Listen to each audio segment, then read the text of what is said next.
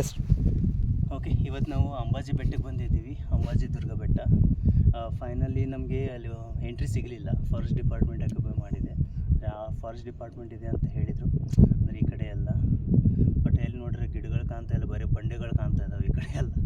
ಅದಕ್ಕೆ ನಾವೇನು ಮಾಡಿದ್ವಿ, ಬೇರೆ ಕಡೆ ಹೋಗ್ಬಿಟ್ಟು ಬೇರೆ ಒಂದು ದೇವಸ್ಥಾನ ಇದೆ ಮುಂದೆ 2 ಕಿಲೋಮೀಟ್ರಲ್ಲಿ. ಅಲ್ಲಿಂದ ನಾವು ಟ್ರೆಕ್ಕಿಂಗ್ ಮಾಡ್ಕೊಂಡು ಮೇಲೆ ಬಂದಿದ್ದೀವಿ. ಆ್ಯಕ್ಚುಲಿ ಅಲ್ಲಿಂದ ಬಂದುಬಿಟ್ಟು ಅಲ್ಲಿ ಕೆಳಗಡೆ ಒಬ್ಬರು ತಾತ ಸಿಕ್ಕರು. ಅಲ್ಲಿ ಹನುಮಂತನ ದೇವಸ್ಥಾನ ಇದೆ.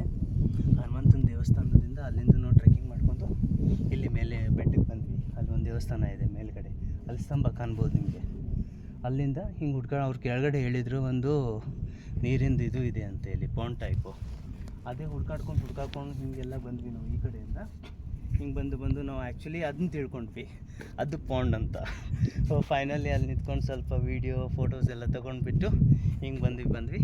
ಆಮೇಲೆ ಇದು ನಮಗೆ ಸಿಕ್ತು, ಇದು ಕಾಣ್ತು ನಮ್ಗೆ ಯಾವಾಗ. ಆಮೇಲೆ ನೋಡಿದ್ವಿ.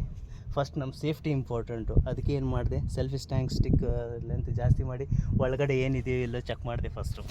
ಯಾಕಂದರೆ ಬಂದಿದ್ದೀವಿ, ಆಮೇಲೆ ಹೊಳ್ಳಿ ಹೋಗ್ಬೇಕಲ್ಲ. ಇಲ್ಲಾಂದರೆ ಯಾರು ಗೊತ್ತಿರಲ್ಲ ನಾವು ಬಂದಿದ್ದೀವಿ. ಬಟ್ ನಾವು ಸ್ಟೇಟಸಲ್ಲಿ ಹಾಕಿದ್ದೀನಿ ಎಲ್ಲಿ ಬಂದಿದ್ದೀನಿ ಅಂತ. ನೀವು ನೋಡ್ಬೋದು ಒಳಗಡೆ ಕ್ಲಿಯರ್ ವಾಟ್ರ್ ಇದೆ. ತೋರಿಸ್ತೀನಿ ನಾನು ನಿಮಗೀಗ.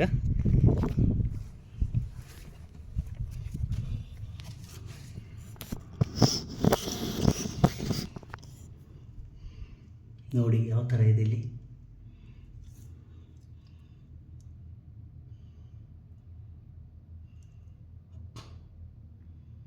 ನೋಡಿ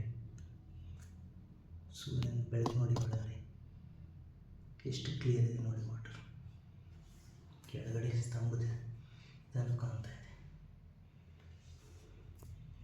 ಫೈನಲಿ ನಾವು ರೀಚ್ ಆದ್ವಿ. ತಾತ ಹೇಳಿದ ಹಾಗೆ ಅಂದ್ಕೊಂಡ್ವಿ ಯಾವುದೋ ಬೇರೆ ಪಾಂಡು, ಬಟ್ ಫೈನಲಿ ಅವ್ರು ಹೇಳಿದ್ದು ನಿಜವಾಗಿತ್ತು. ಅದಕ್ಕೆ ಒಂದು ಸರಿ ಎಕ್ಸಿಕ್ಯೂಟ್ ಮಾಡಿದ್ದೀವಿ ಫೈನಲಾಗಿ. ನೋಡ್ಬೋದು ಇವರು ನಮ್ಮ ಜೊತೆಗೆ ನಮ್ಮ ಫ್ರೆಂಡು, ನಂಗೆ ಸಾಥ್ ಕೊಟ್ಟವ್ರು ಸಪೋರ್ಟಿಂಗು. ಇವ್ರ ಹೆಸರು ಶ್ರೀಜಿತ್ ಅಂತ, ಕೇರಳದವರು. ನನ್ನ ಹೆಸರು ರೋಹಿತ್ ಅಂತ. ಮತ್ತೆ ಸಿಗೋಣ, ಬಾಯ್.